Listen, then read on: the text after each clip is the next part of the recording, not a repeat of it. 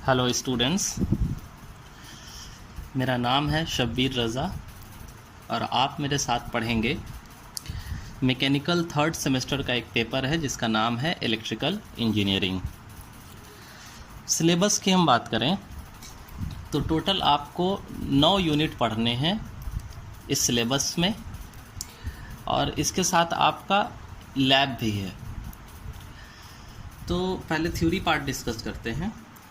तो 9 यूनिट में सबसे पहला यूनिट है introduction to electrical power supply system.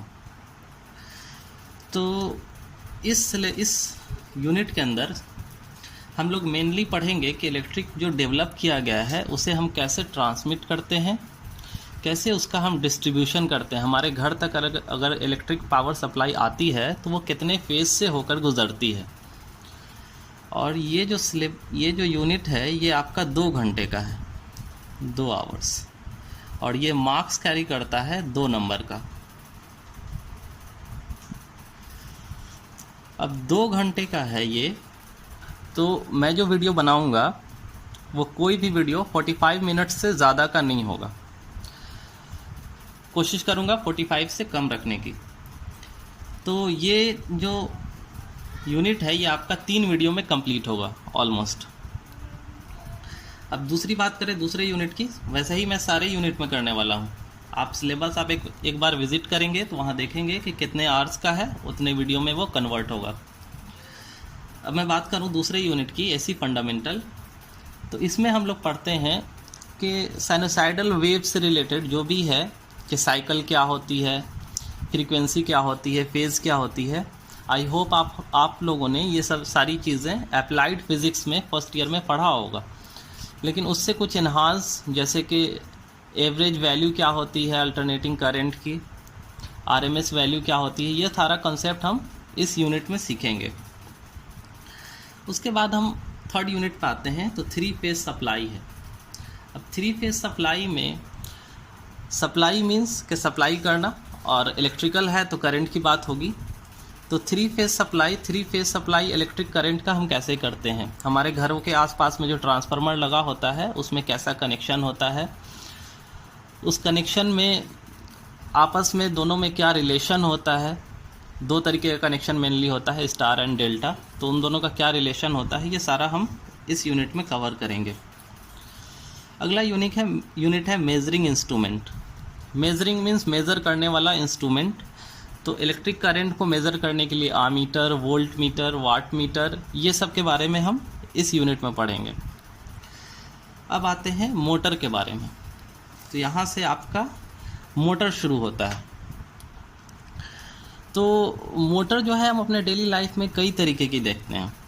जैसे मिक्सी में भी मोटर लगा होता है ना, उसमें यूनिवर्सल मोटर होता है। हम जो ट्रिमर इस्तेमाल करते हैं उसमें भी मोटर लगा होता है, उसमें ये डीसी मोटर लगा होता है।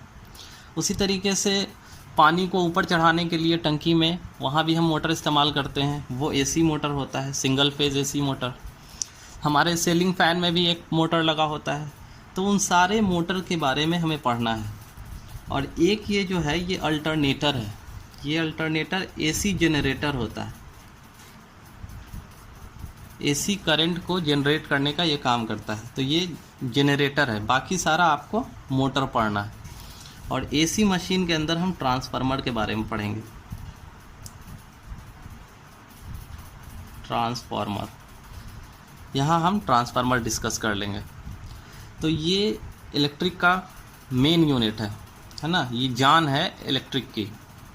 Transformer, alternator, synchronous motor, AC motor, यही जान है। डीसी मोटर अब थोड़ा कम इस्तेमाल होता है, लेकिन देखो यहाँ डीसी जनरेटर हमने नहीं पढ़ा है, सिलेबस में आपके नहीं है। क्यों? डीसी जनरेटर अब बंद हो गया। क्यों? क्योंकि उसमें बहुत ज़्यादा डिसएडवांटेजेस थे, लॉसेस बहुत ज़्यादा थे, उसका लाइफ एक्सपैंड बहुत ज़्यादा नहीं था, इसलिए वो अब बंद हो गया है। तो उसका हम नहीं पढ़ने वाले हैं। हालांकि इलेक्ट्रिकल वाले जो होंगे वो लोग पढ़ेंगे।